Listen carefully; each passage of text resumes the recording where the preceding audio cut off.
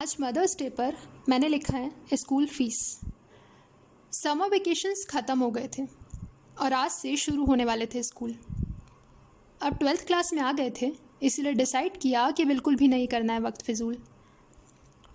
कुछ ही दिन हुए थे कि क्लास में डायरीज और स्कूल फीस बुक बांट दी गई। लास्ट ईयर मेरी फ़ीस वेव हो गई थी, पर इस साल क्या होगा मैं सोच में पड़ गई। दरअसल उन दिनों घर की फाइनेंशियल कंडीशंस नहीं थी बिल्कुल ठीक। स्कूल की फ़ीस तो थी, साथ में मैथ्स क्लास भी लगवाना था जिसमें मैं हमेशा से थी वीक।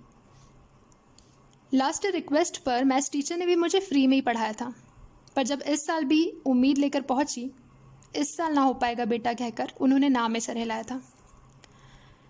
मैंने सोचा ट्यूशन के बिना तो काम चल जाएगा, पर तब क्या होगा अगर प्रिंसिपल मैम ने भी मना कर दिया। दिन खराब तो था, पर फिर भी मैंने एप्लीकेशन लिखकर लंच के बाद जाने का फ़ैसला किया।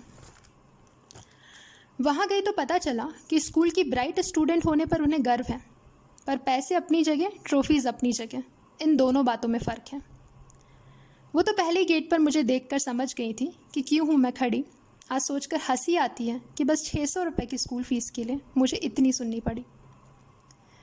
उस दिन उनका बात करने का लहजा बहुत ही ख़राब था, बल्कि वो आराम से भी कहती तो मैं समझ गई होती। वहाँ खड़े होकर मैं सोच रही थी कि काश मेरे पास पैसे होते तो इतनी सी बात पर मैं ना रोती। घर जाते वक्त मैं बहुत धीमे धीमे चल रही थी कि रास्ते में मेरा मूड बदल जाए। आज जो भी कुछ हुआ है, घर जाने पर मम्मी मेरी शक्ल पर पढ़ ना पाए। इसके बाद कुछ दिन बीत गए। एक दिन मम्मी ने खुद ही पूछ लिया कि इस साल मैथ्स क्लास नहीं लगवाई। मैंने कहा नहीं, ट्यूशन में टाइम वेस्ट होता है, इस साल घर पर ही करूँगी पढ़ाई। फिर बोली, कुछ हुआ है क्या, आजकल बुझी बुझी सी क्यों रहती हो।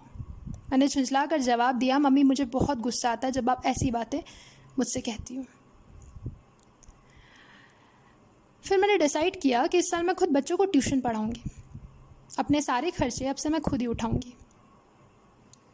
खुद मैंने विद्यादान फ्री में लिया था, इसलिए बच्चों से फ़ीस तो ना मांग पाई, सामने से सब तो नहीं देते, घूम कर आखिर बात वहीं लौट कर आई।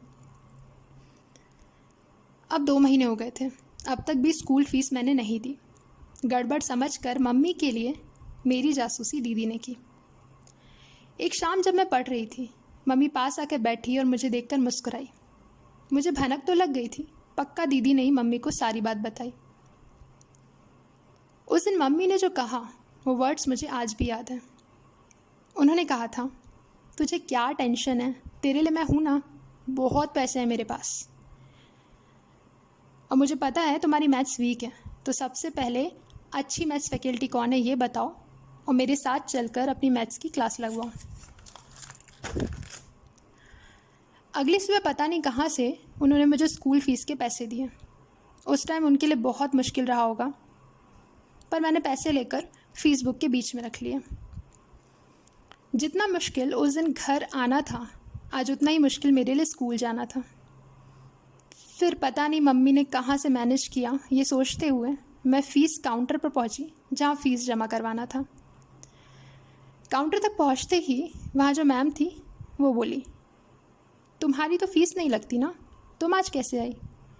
कुछ होप्स के साथ मैंने उन्हें सारी बात बताई। आज भी मेरे बैग में उस दिन की फ़ीस कंसेशन की एप्लीकेशन थी जो मैंने उन्हें दिखाया। उन्होंने प्रिंसिपल रूम की तरफ देखा और एप्लीकेशन लेने के लिए हाथ बढ़ाया। वो वहाँ चली गई, मैं वहीं खड़ी रही। प्रिंसिपल रूम से वापस आते हुए उनके हाथ में मेरा एप्लीकेशन ही था, जिसे उन्होंने मुस्कुराते हुए मुझे दिखाया। मैं रीड कर पाती उससे पहले ही 50% फ़ीस वेट पर सर्कल लगाते हुए उन्होंने मेरे सर पर हाथ फिराया।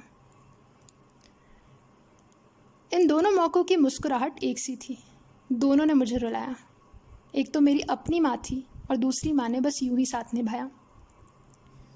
आज इतने साल बाद सब लिखते हुए पता नहीं कितनी बार मेरी आँख भर भर आई। आज जहाँ हूँ इन्हीं वजह से हूँ।